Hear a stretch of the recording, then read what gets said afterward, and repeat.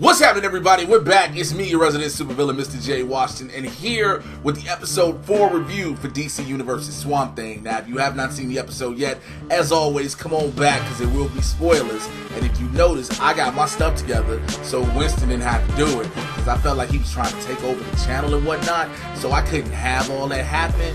So, hi, Winston. How are you?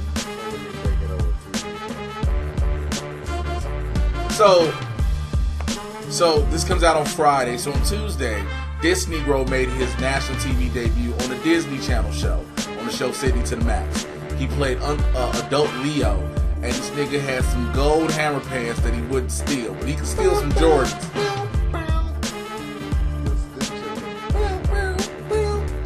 And you know, he had family and friends. I only came because I was told there was gonna be free drinks and a couple of beautiful ladies. So disrespectful. I didn't come to support this nigga. I don't like this nigga. So disrespectful. Nigga, we fed you. You got enchiladas and tacos. And fucking donuts and if y'all never I didn't eat donuts. I don't eat donuts. But there were blondies, which are like brownies, but like cookies and shit. There were plenty of fine women. There's just ass everywhere. Well, it wasn't everywhere. It was a lot of dudes. It was more dudes than women. And I understand. Look, well, no, okay. What you mean to say is there were more dudes than single women. Yes. There were plenty of women, but most of them were spoken for. Yes. So more dudes than single women, and it's like, nigga, work on your ratios better. I mean, I don't care no more. I don't care. This is so petty ass selfish. I'll go and be your wingman, and there were at least 4 single women there, so you could talk to any of the 4. Who was the 4? If they watch this, I guess Jasmine, Ashtar, damn, that's 2. You see how you went? My sister, but you can't talk to her. Why? Because I said so.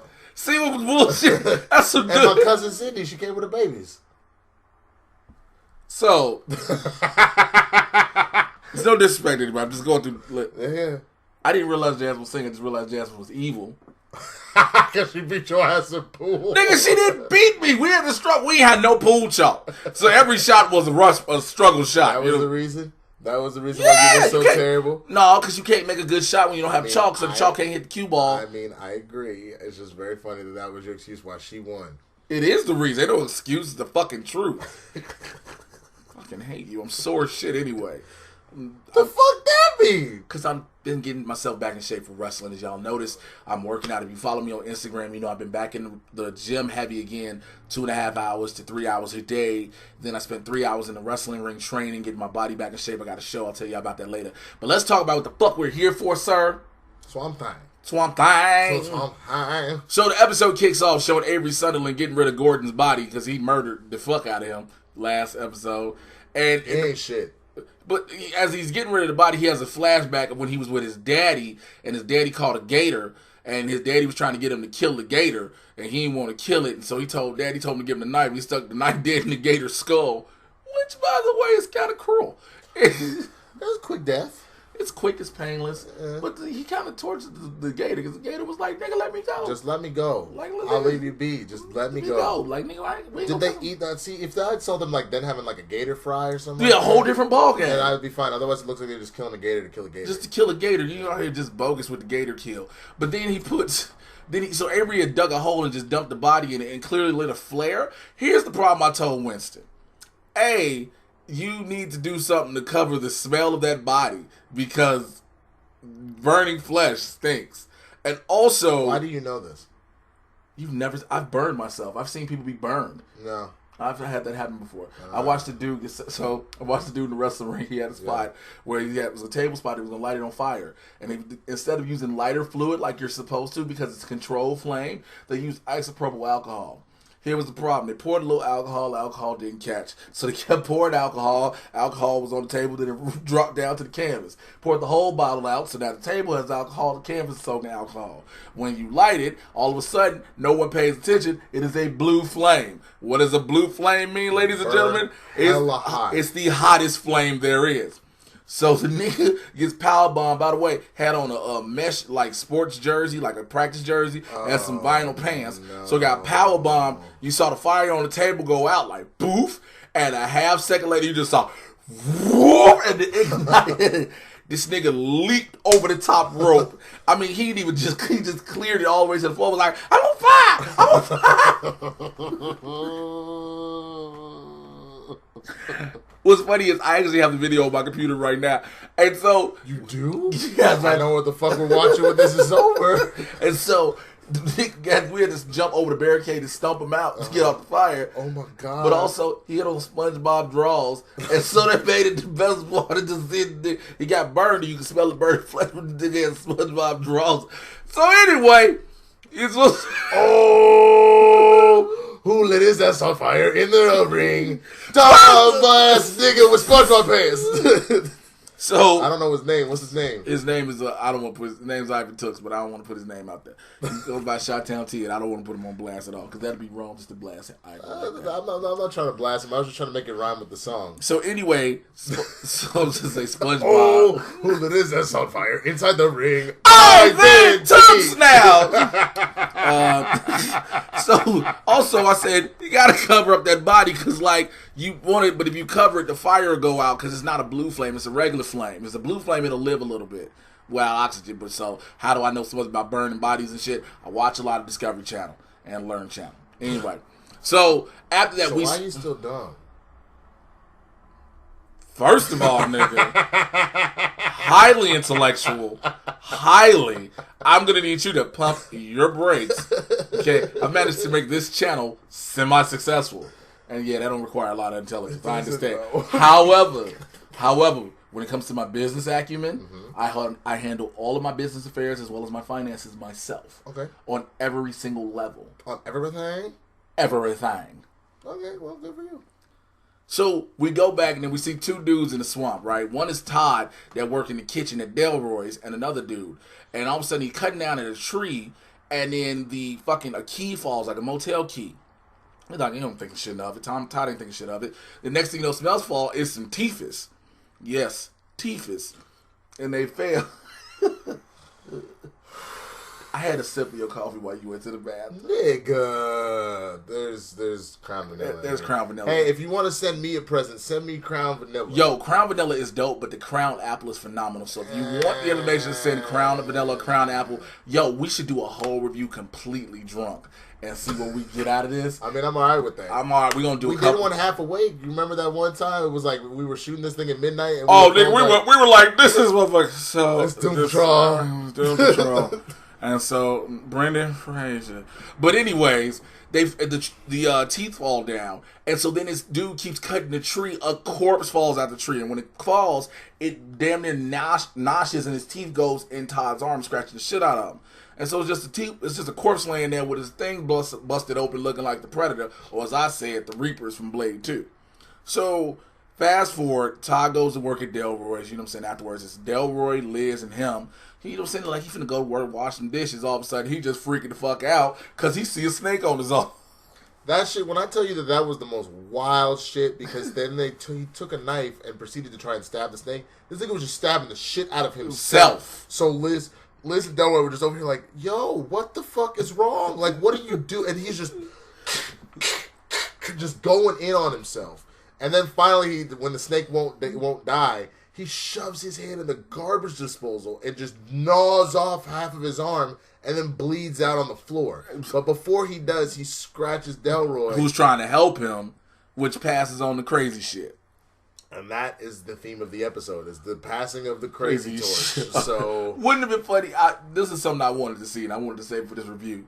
If when Todd started freaking out, I would have loved that Liz and Delroy just looked at each other just like, fucking white people. I literally thought they were going to be like, this nigga on meth. Like, what is he doing? And I think that they were probably going to get to that conclusion, except for the fact that Delroy then lost his mind once the cops showed up. Because Delroy, all of a sudden, he's scratched, and all of a sudden the cop is there because they're taking the body. He bled to death. Todd bled to death. So they taking him out and shit. So Delroy started freaking out, seeing darkness. This motherfucker go behind the counter, get his shotgun, which is fully fucking loaded. And all of a sudden, because here's the big problem. He sees a bunch of masked people that came in. Like, he sees his dead mother on the ground that he saw as a childhood, and there were a bunch of masked men that came in and murdered her.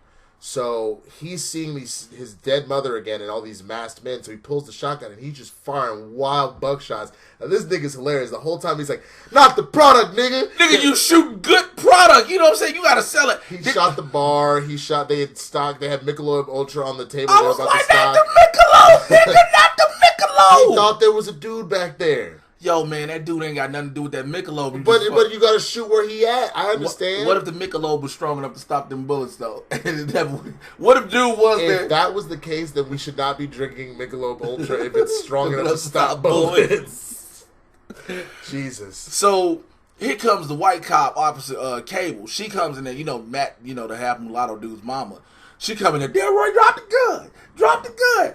And we're like, this bitch finna shoot this nigga. Like, and my whole thing in that exact moment, he's clearly, because he's just kind of swinging around, but he's not pointing at them directly. At what point does a cop not think, you're not going to pull the taser, you're going to pull the gun? Shoot him in the leg and, like, incapacitate him. You know what I'm saying? Don't just go for the kill shot instantly. I was grateful that as soon as he was looked in a different direction, she put her gun down and she tackled the shit out of him. And as they had him pinned and they were trying to calm him down, of course, he scratches her, so now she's got the disease. Now it's like hot potato. Pretty much. Tag you in. And so in the process, all this is happening. Abby decides who better to talk to about some crazy shit that's been happening than Alec. Now keep in mind, we ain't seen Alec, a.k.a. Swamp Thing, since she saw her dancing with the mulatto dude and basically had to look like this bitch. But this was my main complaint, is the last time we saw him, again, he's speaking real just... He was learning how to speak. Alex. He was learning how to speak, so now this nigga speak the perfect Queen's English. It doesn't make no goddamn sense. Yes, it does. It's the evolution of voice. In 1 week, nigga. In 1 week. He is an evolved creature. He is the earth. He literally went from rest in peace. He made this nigga the Undertaker now. to... Oh, it's so good to see you. Welcome back, Miss Arcade. I've clearly the darkness has gotten to somebody. So this is what happens. So first of all, Abby goes to the swamp, and Swamp Thing has vines like, "Bring her here." And the first thing I wanted him to say was, "The fuck you want?" Like, I saw you kid. Because I feel like if that's me, I don't want to talk to you normally right now. But my heart is hurt, okay? I ain't already got a normal heart no more. But now my greeny heart is hurting and shit. My kale heart is like, oh. Like, that was just really messed up. So he's telling her, it's the darkness that is spreading around. And this nigga just sitting there looking like, oh, really? You just going to have full dialogue? Just full dialogue out of nowhere now. That's just... Because here's my issue. There is an age-old saying in storytelling, specifically filmmaking, that you show, you don't tell. And so the problem is, by just making him magically have speech, like regular speech patterns, that's essentially the equivalent of telling us, oh yeah, he learned how to speak, by the way. Well, some shows do that because you cannot spend time. It's such a jump, though. Like, you know what I'm saying? I don't think I think for you saying that is a reach, though, because it'd be a different story if he had not talked at all. If he hadn't talked at all, but again, he's barely able to. He was making the sentences. So here's my thing. They could have done it any number of ways. All these people keep showing up in the swamp, right? If you keep seeing him watching people walk through the swamp and talking, and then maybe he starts to, like, fix his speech. That's a little minor character development thing you can do with him that by itself already makes this, you know what I'm saying? It makes it more cohesive instead of out of the blue. Like, I'm not gonna lie, a lot of times I look down at my phone when watching this, and I literally put my phone down and said, the fuck? Like, you just speak now, bro? It doesn't make sense. But in retrospect, having watched many of movies, many of television shows where the characters, they are mute to an extent and all of a sudden their vocal patterns and their speech progresses, I've seen it happen. Now, every episode or every movie or television show doesn't afford us that luxury of giving us 5, 10, 20 minutes worth of showing how they're learning to talk. It ain't like this nigga picked up a book in the swamp, dog. But here's the thing. Deer. A female deer. I would have appreciated that. A drop of golden I would have appreciated that because here's my whole thing. The show is called Swamp Thing, nigga. It's about the nigga knows how to talk. No. He's a scientist. No, fuck that. He is now the force of fucking nature that forgot how to learn. Shut up. That forgot how to talk, and now all of a sudden he fucking does. I'm saying it's a little minor thing that, again, I know that it technically is following Abby Arcane, like that. She is really the main character of it, but you can't show me that little bit of character development for him, like at all. He ends up just being the Deus Ex Machina that saves the day every fucking time. But we're learning nothing about him, and that's a problem in my opinion. But I'm off base here. Let's continue talking about the episode. I'm just being real. Like that's a missed opportunity in my book because he's lost his humanity. He's a fucking monster now. You're flicking me off? Fine, nigga. I don't give a fuck. Do what you do. So now the cop has it. She goes to the crawfish boil that what's his name Avery Sutherland set up. He comes in and goes, well, everybody, now that you're well, we're gonna go ahead and have a crawfish boil. Old school. Look, even though the CDC ain't cleared everybody yet, we're gonna make everybody have a crawfish boil. So bring your sick ass on down. Come on, eat with us. Bring a stranger. I don't care. Bring whoever you want. Bring a darkie. Bring 2 darkies. Long story short, they get the cop. Kate goes to the dance, and of course, she starts to have hallucinations that her son gets stabbed by a bunch of random white supremacists. So now she's why they have to be white supremacists though? They clearly were white supremacists. I mean, it was just they were trying to. One was trying to almost attack a girl, but they don't instantly label them. I don't like if they were skinheads at a crawfish boil. I can see, but it's another thing. It was. Nigga had plaid on. He clearly was a white supremacist.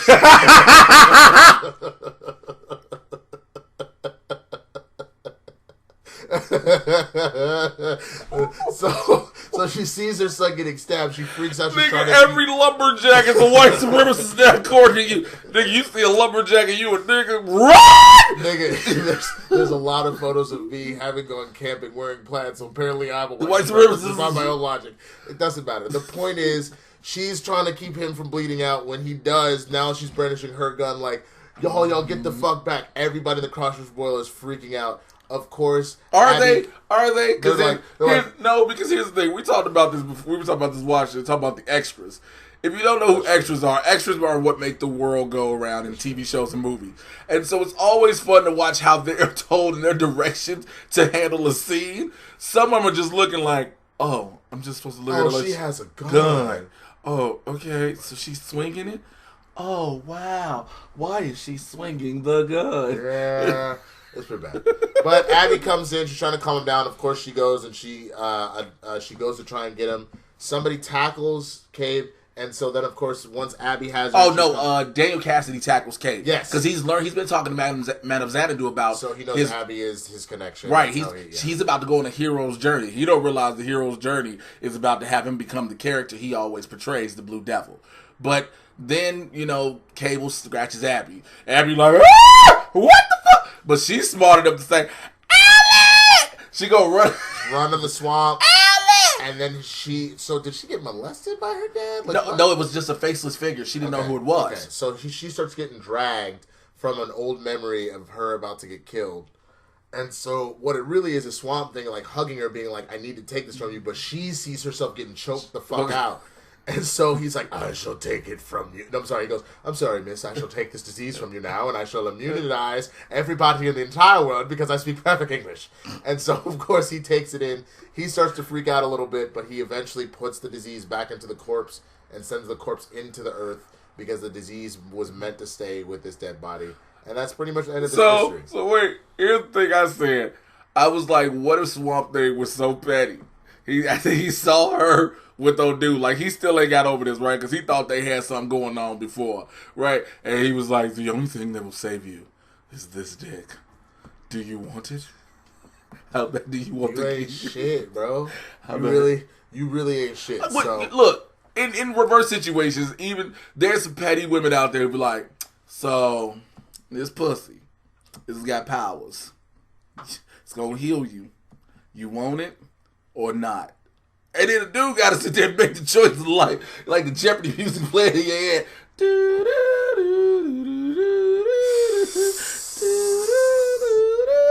Nope. Oh, by the way, so Alec tells her, look, I think the trees and everything, life is speaking to me.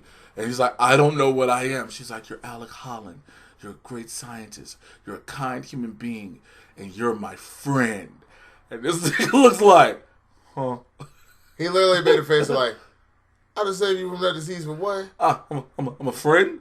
Swamp Thing got friend zone. Nigga, literally in his head, all of a sudden, like it activated a locked away memory, and he just heard Biz talking about, you got what I need. But you say he's just a friend. But you say he's just a friend. Oh, baby, you got what I need. So, Now that we've gotten through the episode, the only other thing that we forgot to mention is at one point when she got a sample of Swamp Thing, that's when, what's his name? Jason Woodrow's, she was like, oh, it's a mix of plant and animals. Like, bullshit it is. And he saw it, and he goes, what were you going to do with this? And she was like, well, I was going to tell the world. He goes, fuck the world. Like, fuck the world, I'm trying to make some money, ho. So, what to clear a good scientist be like, man, fuck these people. Fuck these people. We can get paid. Like. So, long story short, that's the whole of the episode. Now that we've gone through it, what would you rate it, man? For me, this episode gets a 3.5. Okay. 3.5. Again, the identity of this show still isn't certain. It is said to be a horror, but it's focusing more on drama. Now, I know you have dramatic horrors, and I know you have them in a thriller category, but this is said to be horror, not thriller. And if you would have said it was going to be a thriller type show, I'd get where everything blends in. But when you call it a horror, there's certain things I'm expecting to continually happen. Horror needs to continually happen. Not these Days of Our Lives type stories, and it's all my children. Let's bring the little girl into our home. All those different things. So 3.5. This is a higher episode for me. I give it a 4, and the only reason why is because to me this was the defining moment of them trying to say this is what we are. Like, this is what this really reminds me of is Batman the Animated Series, but as you got Swamp Thing. Obviously, this is live action. Where here's a problem. And Swamp Thing fixes it. Now, where I have an issue is, again, you're not character developing Swamp Thing at all. We haven't done that whatsoever. And he, again, seems to be a Deus Ex Machina to solve every fucking problem. Every time, oh, you got bugs in you? Go leave him be. They disappear. Oh, you got a virus? Give it to me. He takes it, puts it in the ground. So I'm kind of getting a little pissed off that every time he doesn't really have problems. Right. Like Abby does and the town does, but he doesn't. So I take it back. I give it a 3. I take it back. Fuck a 4. I give it a 3. Now that I think about it, because it's just very kind of whatever. Yeah, I understand that. So let us know what you thought about this episode, though, in the comments below. Like, subscribe, click on the notification bell, share this video, let people know you are watching it, man. Make sure you are subscribing to the channel. I'm possibly going to bring him back for some more stuff. I don't know why, but it may happen, all right? Follow me on Twitter and Instagram. Well, follow him first. Let's do that. It's Swaggy Blerd, THESWAGGYBLERD, Twitter, Instagram, all that good stuff. I guess I have a bunch of kids following me now because I did Disney Channel, so I probably can't say nigga as much. But I might. I don't know. That's a Dave Chappelle thing about niggas. But yeah, nothing major coming up. If you didn't see, please check out the episode of Sydney to the Max. It's called As Bad As She Gets. It was super dope. Thank you for coming out to that, man, and met the world. But, I got some other stuff coming up. Nothing immediately, but I'll let you know. As always, me, Twitter, Instagram, at Mr. J Washington, MRJAY. You should know how to spell Washington. Yes, I say it like it's, just natural to say because it's the fucking truth. You should know how to spell Washington, all right? Make sure you are joining my Patreon, patreon.com/Mr. J Washington. I'm holding a contest right now for all members of the squad. If you join now until the end of the month, you can win potentially both of these Blu-ray copies. These Blu-ray copies of Lost in Space, the first season, from Netflix, as well as the unaired pilot from the 1965 series. Jesus Christ. Me, bitch. 1965 series. And a Blu-ray, DVD, and digital, and DVD and digital copy of How to Train Your Dragon in the Hidden World. But you got to join the squad on Patreon to do so. Also, you want a teleprompter? Because that would seem very different. It would have. Also, I want to say a special thank you to Zone 10 Customs for the shirts, man. Shout out to the new shirts. Go to www.zone10customs.com, man. Tell them we sent you over there. Also, go to tpublic.com/Mr. J Washington. Get your own Mad Titan Podcast t-shirt, which, by the way, you should check out on everywhere. iTunes, Apple Podcasts now, Google Play Music, Spotify, Stitcher, iHeartRadio. Mad Titan Podcast and get you caught up on everything that's happening in the Marvel and DC live action and cinematic universes. Now, here's 2 big announcements. I told y'all I was wrestling. July 6th, in Long Beach. I will be back in the ring for Underground Empire Wrestling, man, at the Metroflex Sports Complex. Come on out, man. Get your tickets online right now. Go to uewwrestling.com. And August 29th, I'm recording my 1-hour special at Catch One Underground, 4069 West Pico Boulevard in Los Angeles. Be in the building as well. That's a lot to cover, but we did it all. We will holler at y'all next week. Till then, we out of here.